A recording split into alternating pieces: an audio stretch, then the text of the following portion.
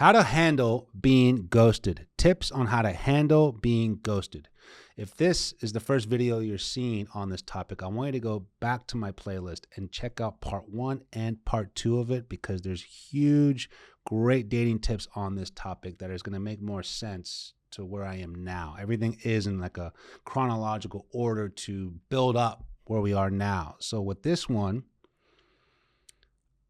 it might sound a little easy to say, hard to do, but if you watch play part 1 and part 2, you understand where I'm coming with this.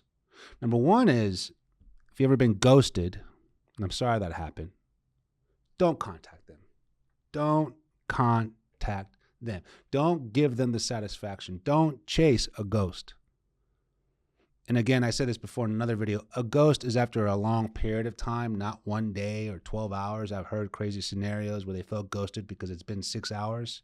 Don't be extreme. If you have that extreme measure or expectation of yourself, there might be a different question or a bigger problem.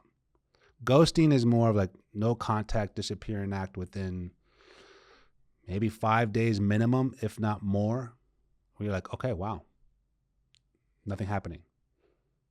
And in that way, you understand, okay, you face reality of the situation. This person's a coward. I'm glad you showed me now, because whatever you showed me in the beginning, whatever you showed me on our last date, whatever you showed me at your apartment, that's not who you are. That's what you were performing to get what you wanted or didn't get what you want. So now you ghost me and don't have the audacity, the respect, or even the courage to tell me.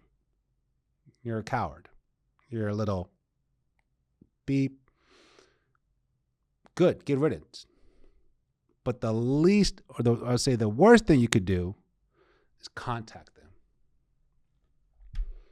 What do you expect for them to say? What do you want them to say to feel good? You know, I always try to point this out to my clients in different scenarios. If it's ghosting or, bad behavior or unhealthy situations in a relationship. And I'm like, they tell me, it doesn't make sense. What he does or it doesn't make sense. Then stop trying to make sense of it. It's so confusing. I don't get it. It doesn't make sense. And then stop trying to play detective and discover it. If someone's confusing, if someone doesn't make sense, I always say this, don't try to rationalize irrational behavior. Don't try to normalize abnormal behavior. Ghosting doesn't make sense, right? So don't try to make sense of it. Don't contact them again. It's quite irrational, immature, insecure, and cowardly to ghost someone. So don't try to rationalize it. Why? Something I said, something I did. Why? What do you think that person who did those actions of abnormal, irrational things, why would you think they're going to make sense now? Why would you think they would be normal or rational now? It's quite opposite of what they've shown you. So whatever it is you're trying to get validated or answered, you're asking the wrong source. Don't contact them. Leave them, cut them on, and move on. Watch part 1 and part 2, which will help you in that stage of process of moving on. But let's go on to this next stop is talk with someone. Talk with someone, vent out with someone, vent out to your friend, to your family, vent out to your journal, vent out and let it all out. Call me, send me a message. I'm here to help you. This is what I do for a living. I'm a certified life and relationship coach to help you in these situations, to not only hear everything you're going through, but also challenge you on how to better yourself to avoid the situation again. Ghosters are out there and they're not going anywhere. I want to help you be more prepared and educated to be aware of who they are, how they act, so you don't put yourself in the position again. You can't avoid them, but you can prevent them. You can be more aware of how they are. You can be more accountable and not making things so easy, being so available, compromising your standards, giving them what they want all the time. Because ghosters give you the ghost move on when they get what they want or they don't get what they want. So number 3, and the final one is, don't isolate yourself and just not ever try again in the dating world. Ghosting, unfortunately, is a very common thing.